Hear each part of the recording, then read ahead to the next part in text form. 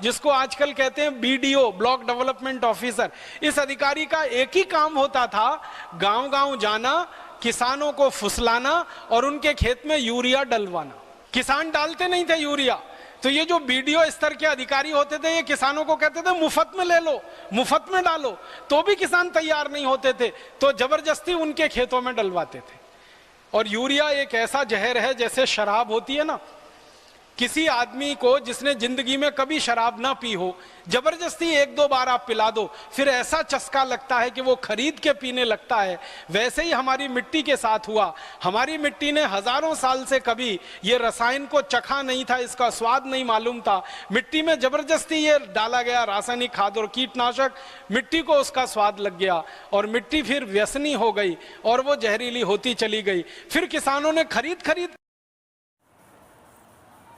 नमस्कार किसान भाइयों, हमारी परंपरागत खेती किस तरह से की जाती थी, आज मैं आपको उसके बारे में बताता हूँ। किसान भाइयों, हमारी परंपरागत खेती किस प्रकार से होती थी, मैं उसके बारे में थोड़ा सा आपको जानकारी देता हूँ। हमारी परंपरागत खेती लघु एवं सीमांत कृषकों के द्वारा अपने परिवार के साथ साथ स्थानीय ग्रामीण समाज के लिए भोजन हेतु अन्न एवं आवश्यक पशुओं के लिए चारा पैदा करने के रूप में जानी जाती थी।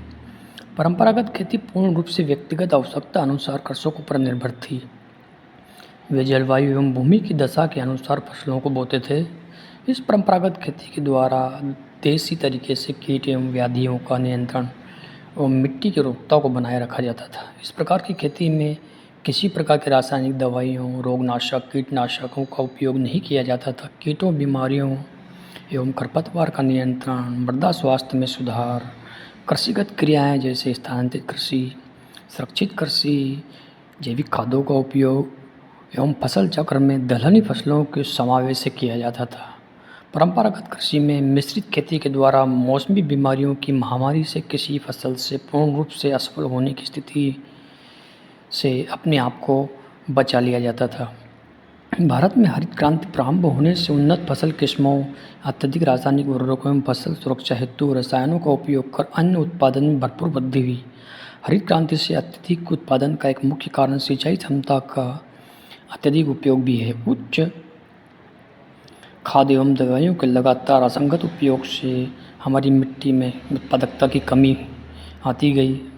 मृदा स्वास्थ्य, पर्यावरण की स्थिति पर बहुत बुरा प्रभाव पड़ा है। इसके अलावा हरित क्रांति के अन्य बहुत से विपरीत प्रभाव भारतीय कृषि में दिखाई दे रहे हैं। मिट्टी के स्वास्थ्य के साथ साथ प्राकृतिक पारिस्थितिक तंत्र भी विकृत हो गया है। इसके अतिरिक्त आज ग्रामीणों की आर्थिक स्थिति रासायनिक खाद एवं दवाओं को खरीद कर बहुत ही विकट हो गई है। विश्व व्यापार संगठन के अनुसार व्यापार का वैश्वीकरण होने से भारतीय कृषि बाजार को प्रतियोगिता में आने हेतु बेहतर प्रयास करना होगा। इस प्रकार भविष्य में उत्पाद मात्रा की अपेक्षा उत्पाद की गुणवत्ता पर विशेष ध्यान देना होगा। आज आधुनिक कृषि की विभिन्न चिंताएं, समस्याओं ने अनेक नई कृषि अवधारणाओं को जन्म दिया है, जैसे जैविक खेती, प्राकृतिक खेती। इनमें सभी क्रियाएं का संबंध प्रकृति की ओर वापस होने से है। अतः फसल उत्पादन में टिकाऊपन एवं मृदा मिट्टी के स्वास्थ्य बनाए रखने के लिए एक वैकल्पिक कृषि को अपनाने की आवश्यकता महसूस की जा रही है। इनमें जैविक खेती या प्राकृतिक खेती सबसे ऊपर है।